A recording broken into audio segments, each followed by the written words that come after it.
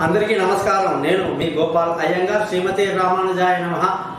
11వ తారీఖు ఫిబ్రవరి 2024 నుంచి 17వ తారీఖు ఫిబ్రవరి 2024 వరకు మేషరాశి నుంచి మీనరాశి వరకు ఎలా ఉందో తెలుసుకుంటూ ఈ వారపు యొక్క గ్రహస్థితిని చూసుకుంటే గురువు యొక్క స్థితి మేషరాశిలో, కేతు వచ్చేసి కన్యా రాశిలో, మరి రవి, బుధ, కుజ, శుక్ర గ్రహాలు మకర రాశిలో, కుంభంలో శని మరియు చంద్రుడి యొక్క స్థితి, అలాగే రాహు వచ్చేసి మీనరాశి సంచరిస్తున్నారు. దీన్ని బట్టి మనం ఈ 12 రాశులకు ఎలా ఉందో తెలుసుకుందాం. అలాగే ఈ వారం యొక్క స్థితిగా చూసుకుంటే ఆదివారం నుంచి శనివారం వరకు శతభిష నక్షత్రం నుంచి కృత్తికా నక్షత్రం వరకు, విద్యా తిథి నుంచి దశమి తిథి వరకు, ఇవన్నీ కూడా పెద్దవాళ్ళకి ఏమైనా మనం కార్యాలు కర్మలు చేయడానికి కూడా ఉపయోగపడడానికి కోసం చెప్పడం జరిగిందనమాట. మీరందరూ కూడా మర్చిపోకుండా ఈ ఛానల్ని సబ్స్క్రైబ్ చేయటం, అలాగే మీ జాతకాలు తెలుసుకోవడానికి కోసం నా నెంబర్ పైన ఇచ్చాను, 3లో కాంటాక్ట్ చేయండి. నేను మీతో మాట్లాడతాను, మీ జాతకాలు మొత్తం చెప్తాను.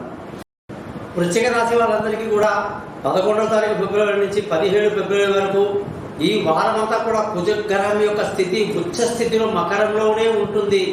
మరి మానసికంగా బాగా ధైర్యాన్ని కలిగి ఉంటారు. బంధువుల రిలేషన్లో కోఆపరేషన్ బాగుంటుంది. అయితే అనుకున్నవి అనుకున్నట్టు జరగాలంటే మాత్రం ప్రతిరోజు కూడా మీరు ఖచ్చితంగా హనుమాన్ చాలీసా చదువుకోవడం ఎంతో మంచిది.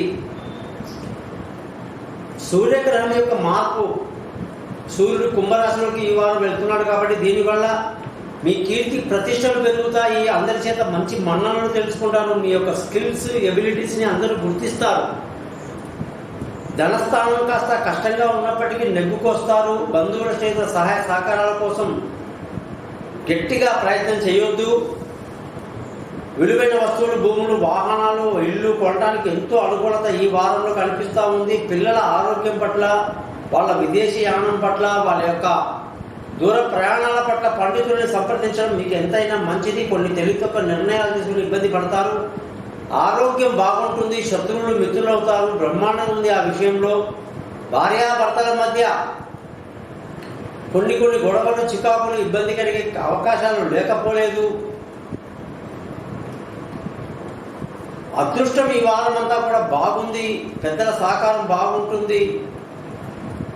ఉద్యోగస్తులందరికీ కూడా బాగా కష్టపడితే ఈ వారంలో సూర్యుడు ఎప్పుడైతే మార్పు తెస్తున్నాడో మీకు ప్రమోషన్లు, ఇంక్రిమెంట్లు అన్ని ఖచ్చితంగా ఉంటాయి. వ్యాపారస్తులందరికీ కూడా వ్యాపారంలో నష్టాలు రాకుండా ఉండాలంటే ఖచ్చితంగా మీరందరూ కూడా నేను చెప్పినటువంటి కుజ మంత్రాన్ని చదువుకోవడం మంచిది.